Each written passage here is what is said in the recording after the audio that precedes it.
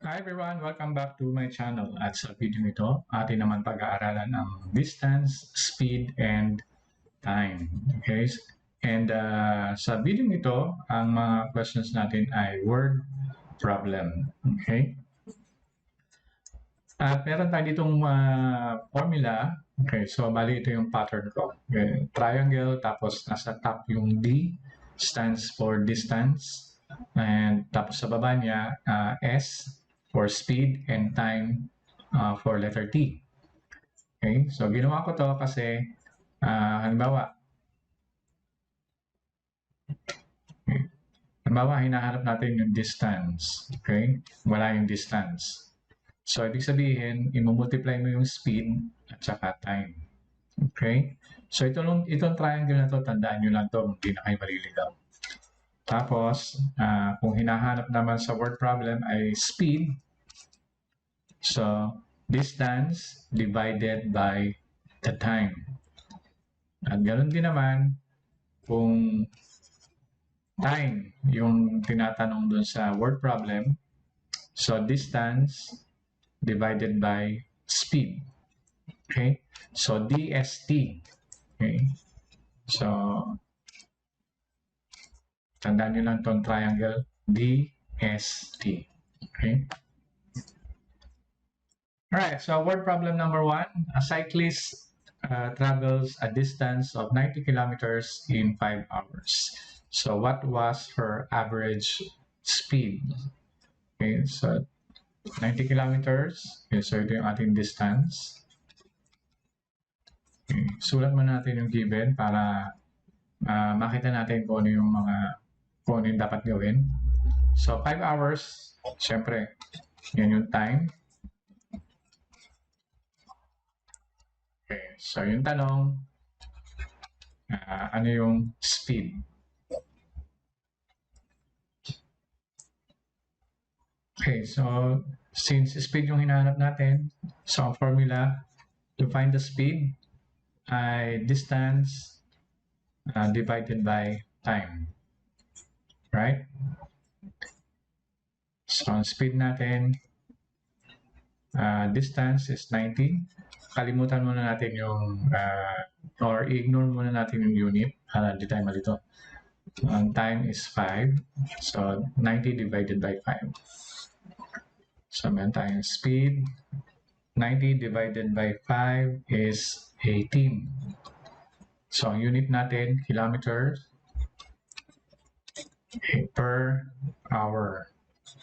Okay, HR. Okay, so, yun yung ating sagot. Ang average speed niya is 18 kilometers per hour. Next. How far? So, ibig sabihin, distance yung hinahanap. How far? Along a road would you travel if you drove at 100 kilometers per hour? So, ibig sabihin, ito yung speed.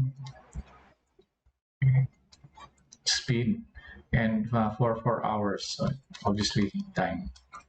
So, how far? So, ibig sabihin yung distance ang hinahanap natin.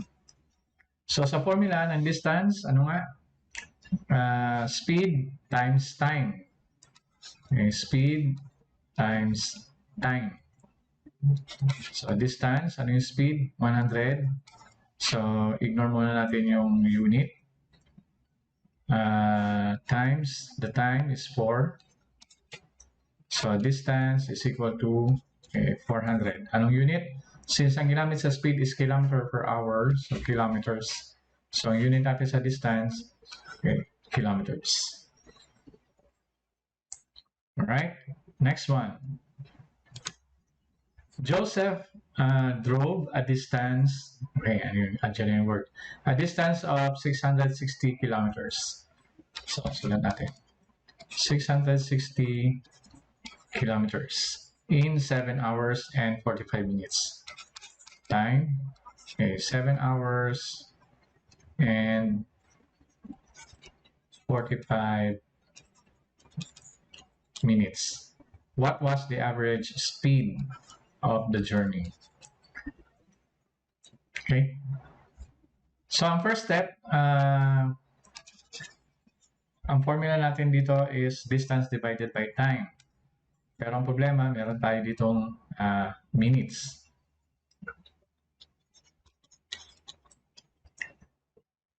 So, kailangan natin siyang, yung minutes, or 7 hours and 45 minutes, kailangan natin gawing decimal.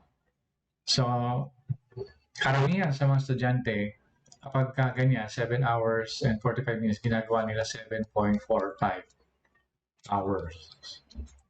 Which is totally wrong. Okay? 45 minutes, it doesn't mean 0.45 or 0.45. Okay? So, hindi ganun. So, kailangan mo nating i-convert yung minutes sa hour. So, 45.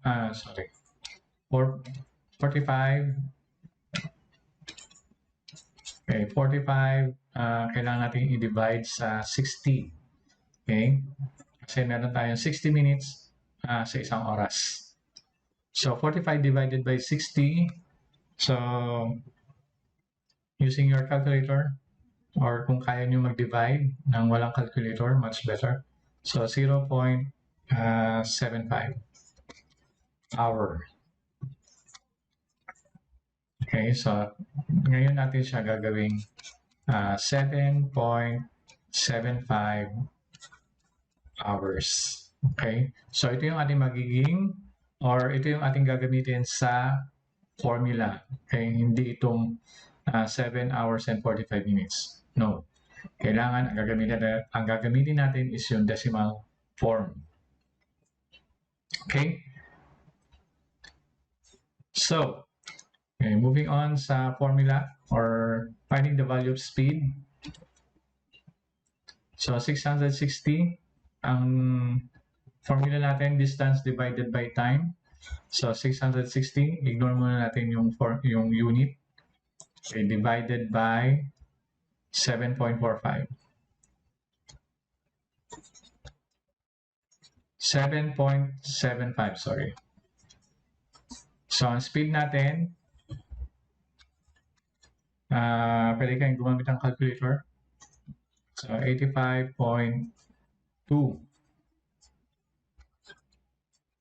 kilometers per hour. Okay, so 85.2 kilometers per hour. So, ayan yung speed. Okay, so, depende sa inyong teacher kung actually mahaba itong maraming decimal numbers yung sagot.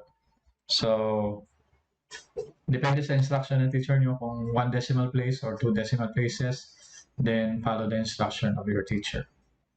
Okay? So, sa ngayon, ako nagtuturo, so 1 decimal place lang, so 85.2 kilometers per hour. Alright? Okay, last. The distance between two cities is 420 kilometers.